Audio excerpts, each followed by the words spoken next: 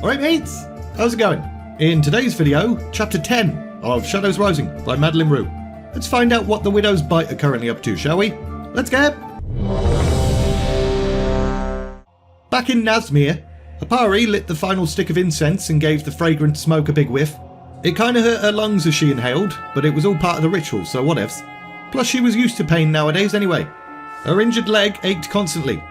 Her lieutenant, Teo, had mentioned that she knew a Volpira that was talented enough to amputate it cleanly at the knee, but Apari had refused.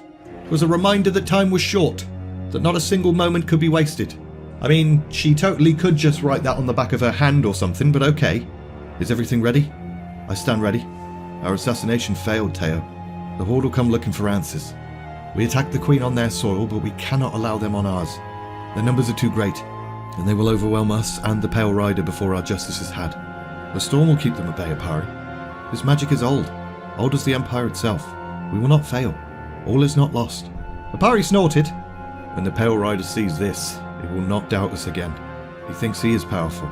He knows nothing of our real power. This will stop all of his complaining, and show the reach of the Widow's Bite.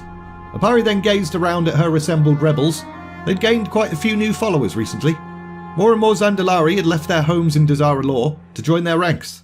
The Widow's Bite had obviously gained quite a name for itself, which was a bit of a double-edged sword, really.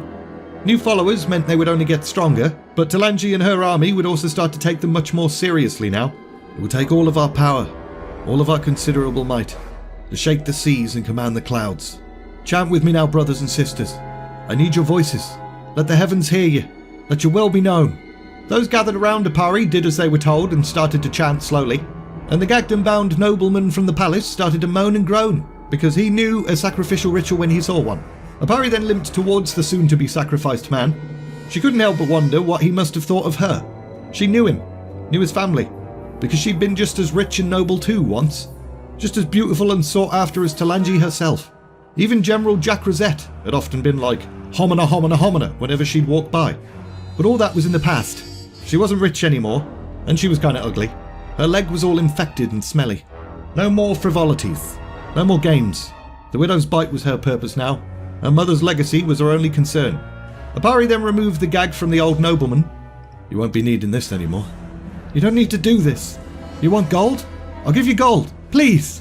Please, Pari. I know you. It's me, Bazine. There's no need for all of this. I'll give you anything. My daughter is to be married soon. Let me live to see it. Ah, you gave your daughter away. And this be a mercy. Keep your gold and your promises, sacrifice. But don't be stingy with your screams.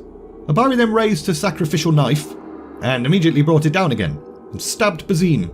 Navrate, forgive me. Bazine's eyes then rolled back, and his blood, the fuel for the storm, began to flow through the channels carved into the stone. By flowing, foaming blood, we call the sea to rise. Blood! Blood!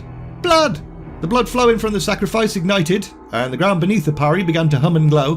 By wind from dead lungs, we call the clouds to seethe. Wind! Wind! Wind! Blood be fire! Fire burn bright! Light the skies and show us your might! Apari herself then started to glow, with flames dancing around her form, whilst the chanting crowd kinda lost their shit a bit and started dancing and laughing and having a whale of a time. The flames then abruptly snuffed themselves out, and the wind died down, but a distant rumble to the east then confirmed their success. Soon, the skies above the Zandalari coast would thicken with black clouds, with waves below towering taller than ships, and Apari closed her hands together, feeling really smug about it. For that brief moment, where power had flowed through her veins and her followers were happy, she felt a release from all of her suffering, all of her pain. Teo then walked over and smiled. Yasma would be proud. And we're leaving it there!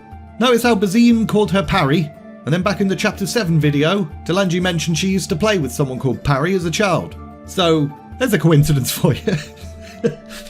Talanji's in for a bit of a shock, I guess. As usual, link in the description if you're interested in buying this book. Also, there's links to my Discord server and my Patreon page too. If you enjoyed this video, like, subscribe, all of that bollocks. And all that's left to say is, thanks for watching, and see ya!